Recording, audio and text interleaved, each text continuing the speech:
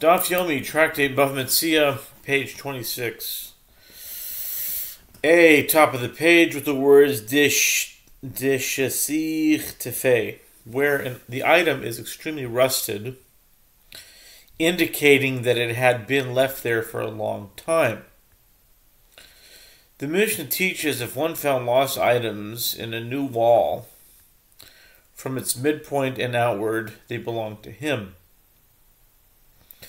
But if he found the items from its midpoint and inward, they belong to the homeowner.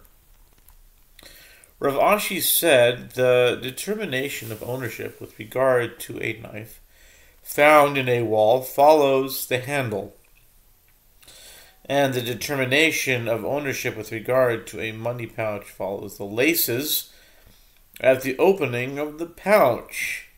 If the handle or laces face inward, they belong to the homeowner. If the handle or laces face outward, they belong to the finder. The Gemara asks, but if so, what is the applicability of the ruling of the Mishnah, which teaches if one found lost items in a new wall from its midpoint and outward, they belong to him, and from its midpoint and inward, they belong to the homeowner. But instead, to determine ownership, let us see if its handle faces inward, or if its handle faces outward, or if its straps face inward, or if its straps face outward. The Gemara answers the Mishnah is referring to a case where one found rags or metal strips.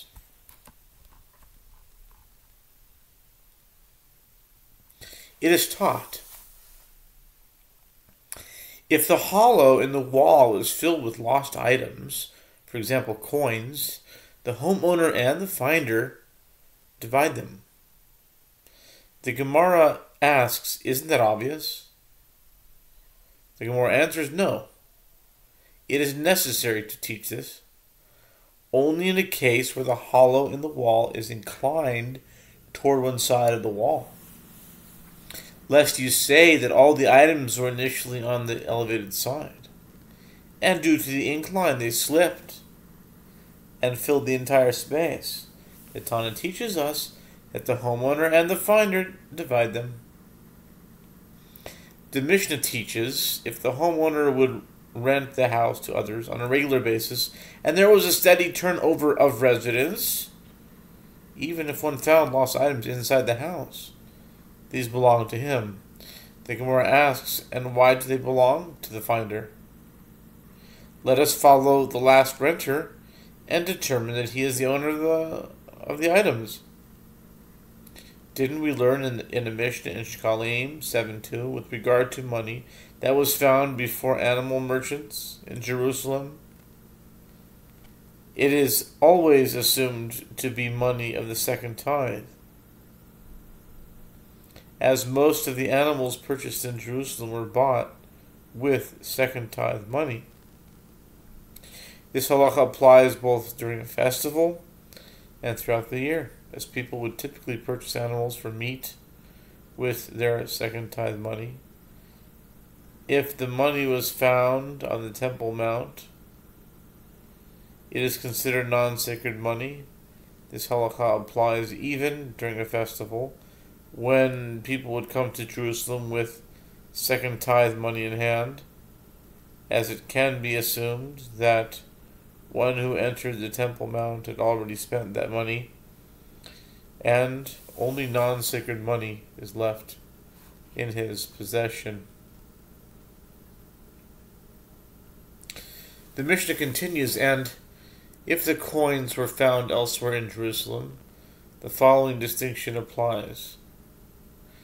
If it was found during the rest of the days of the year, it is considered non-sacred money. But if the money was found during the festival, when many people would come to Jerusalem with their second tithe money, all money is presumed to be second tithe money. And Rav Shemaiah bar Zeira says, in explanation of the Mishnah, What is the reason that during the rest of the year the money is considered non-sacred, even on the day after the festival? Since the markets of Jerusalem tend to be cleaned every day, any money left there would have already been found by the street cleaners. Consequently, any money found there must have been left there recently.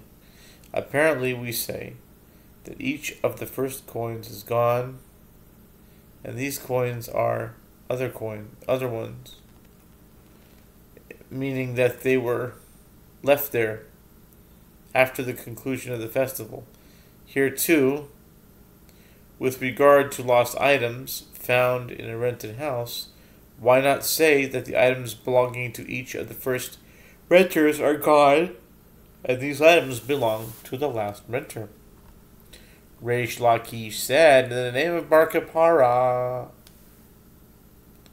the Mishnah that states that the items belong to the finder is referring to a case where the homeowner rendered his house an inn, pundak, for 3 Jews. Since it is unclear to which of them the item belonged, the owner despairs of its recovery. The Gemara previously, see 24a, raised a dilemma with regard to the halakha stated by Rabbi Shimon ben Elazar that a lost item found in the location frequented by the multitudes belongs to the finder. Is the halakha in accordance with this ruling? Moreover, is his ruling specifically with regard to a location with a Gentile majority, or is it even applicable in a location with a Jewish majority? Based on the opinion of Bar Kapara, the Gemara suggests to conclude from it that the halakha is in accordance with the opinion of Rabbi Shimon ben Elazar, even in a location with a Jewish majority. The Gemara rejects this conclusion and presents an alternative explanation of the latter clause in the Mishnah. Rather, Rav Menashia Bar Yaakov said the Mishnah is referring to a case where he rendered his house an inn for 3 Gentiles. According to that explanation, perhaps Rabbi Shimon ben Elazar issued his ruling specifically in a location with a Gentile majority. Rav Nachman said that Rabba bar Avu said, even if you say that the owner rendered his house an inn for 3 Jews, one cannot conclude that Rabbi Shimon ben Elazar issued his ruling even in an area with a Jewish majority. What is the reason that the item belongs to the finder?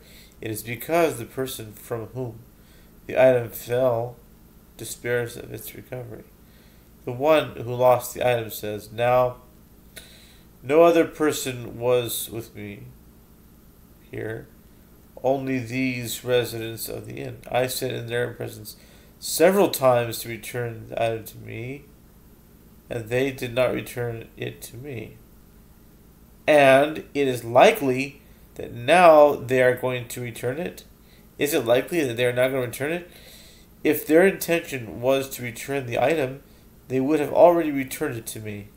And the fact that they did not yet return it to me indicates that it is their intention to rob me of the item. And Rav Nachman follows his standard line of reasoning, as Rav Nachman says, if one saw a Selah coin